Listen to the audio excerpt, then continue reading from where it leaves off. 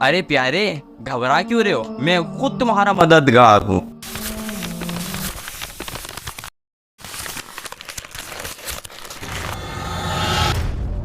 بسم اللہ الرحمن الرحیم، والصلاۃ والسلام علیک یا رسول اللہ وعلی آلہ واصحابہ یا حبیب اللہ۔ ایک بزرگ رحمۃ اللہ علیہ نے ایک شخص کو روزانہ پڑھنے کے لیے بطور وظیفہ درود پاک بتا دیا۔ اب وہ شخص درود پاک پڑھتا رہا اور وہ اتنا مشغول ہو گیا درود پاک پڑھنے میں کہ دنیا کے کام چھوٹ گئے۔ اس کی بیوی جو تھی وہ فاجرہ تھی۔ اب وہ جب بھی اپنے شوہر کو دیکھتی کہ یہ درود پاک پڑھ رہا ہے تو اس کو غصہ آتا، اس کو پسند نہیں آتا، اور وہ کہتی ارے بدبخت، مرد بنو اور کما کے لاؤ کچھ۔ وہ اتنی طعن و تشنیع کے باوجود بھی وہ مرد اس کی باتوں میں آ کر درود پاک کا وظیفہ نہ چھوڑتا، وہ درود پاک پڑھتا رہتا۔ اتفاقاً وہ کسی مالدار شخص کا مقروض بھی تھا، اس نے اسے 100 درہم دیے تھے جو کہ واپس لینے تھے مالدار شخص نے۔ اب مالدار شخص نے مطالبہ کیا کہ میرے 100 درہم جو آپ نے لیے تھے وہ مجھے واپس دے دیجیے۔ اب وہ دے نہیں پایا کیونکہ کام دھندے نہیں تھا اس کے پاس۔ تو اب جو مالدار شخص تھا اس نے کورٹ میں دائر کر دیا کہ بھائی یہ میرے کو پیسے نہیں دے رہا۔ وہ اور شخص اور پریشان ہوا، اس کی جو بیوی تھی اس کو اور موقع مل گیا، وہ اور طعن و تشنیع کرتی اور باتیں سناتی۔ اب وہ تنگ آ کر آدھی رات کو اٹھا اور اللہ پاک کی بارگاہ میں اب دعا کے لیے اپنے ہاتھ اٹھا لیے۔ اس نے عرض کیا اللہ تو ہی بے سہاروں کا سہارا ہے، تو حاجت مندوں کا حاجت روا ہے، تو جانتا ہے میں قرض خواہ اور بیوی کی طعن و تشنیع سے کتنا پریشان ہو گیا ہوں، وہ مجھے باتیں سنا رہی ہوتی ہے۔ اللہ پاک کی رحمت جوش میں آئی اور اس پر اللہ پاک نے نیند مسلط کر دی۔ وہ سویا لیکن اس کی سوئی ہوئی قسمت جاگ اٹھی۔ ایک حسین و جمیل بزرگ پاکیزہ صورت میں اس کے سامنے آئے اور نہایت میٹھی آواز میں کہنے لگے ارے پیارے گھبرا کیوں رہے ہو، میں خود تمہارا مددگار ہوں۔ اب وہ شخص کہنے لگا کہ آپ کون ہیں؟ ان بزرگ نے فرمایا میں وہی ہوں جن پر تم درود پاک پڑھتے ہو۔ اب اس کی جان میں جان آئی۔ اب پیارے آقا صلی اللہ علیہ وسلم نے فرمایا کہ صبح تم وزیر اعظم کے پاس جانا اور وظیفے کی مقبولیت کی خبریں سنانا تو وہ تمہاری مدد کر دیں گے۔ اب وہ صبح اٹھا اپنے وہ پھٹے پرانے لباس میں وزیر اعظم کی رہائش خانے کی طرف چلا گیا۔ اب جب وہاں پہ آ کے پہنچا وہ تو درباریوں سے اس نے کہا کہ مجھے وزیر اعظم سے ملنا ہے۔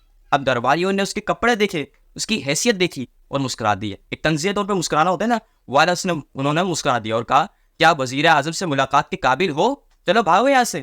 اس درباریوں میں ایک رحم دل بھی درباری تھا، اس نے کہا ٹھہرو ادھر، میں وزیر اعظم سے عرض کر کے آ جاتا ہوں، اگر اجازت مل گئی تو آپ ان سے ملاقات کر لیجئے گا۔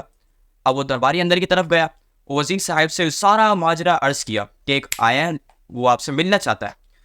تو اب وزیر صاحب نے کہا اسے بلا لو۔ اب وہ وزیر صاحب کے پاس گئے اور وزیر صاحب سے کہنے لگا اس جو سارا واقعہ ہوا ہے کہ رات کو حضور صلی اللہ علیہ وسلم کی زیارت ہوئی اور انہوں نے وظیفے کی خوشخبری سنائی۔ تو وزیر صاحب نہایت خوشی سے جھوم اٹھے اور کہنے لگے یہ لو تمہارے جو قرض ہے وہ 100 درہم ہے، یہ لو 300 درہم لے لو۔ اب وہ خوشی خوشی 300 درہم لیتا ہوا گھر کی طرف گیا۔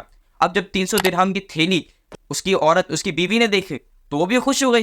اب جب مطالبے کا دن آیا تو وہ کورٹ گیا اور اس نے 100 درہم کی تھیلی قرض خواہ کے ہاتھ میں تھما دی اور کہا یہ رہا آپ کا قرضہ۔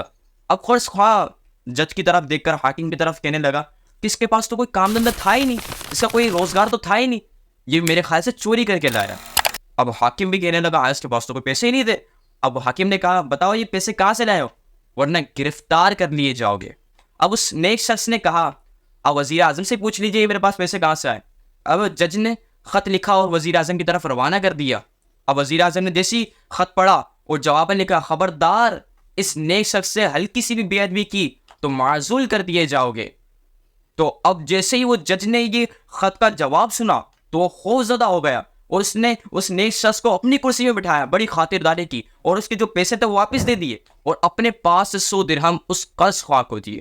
اب جب قرض خواہ نے دیکھا کہ حاکم بھی انہی کے ساتھ ہے، وزیر اعظم بھی انہی کے ساتھ ہے، تو میرے خیال سے اللہ بھی انہی کے ساتھ ہے، تو اس نے کیا کیا، اس نے وہ 100 درہم واپس دے دیا۔ تو پتہ چلا درود پاک دونوں جہاں کی مرادوں کے لیے بہترین وظیفہ ہے۔ اب اس کہانی سے کیا مطلب لیتے ہیں ہم کہ کمانا کھانا گھر چلانا یہ سب چھوڑ دیں؟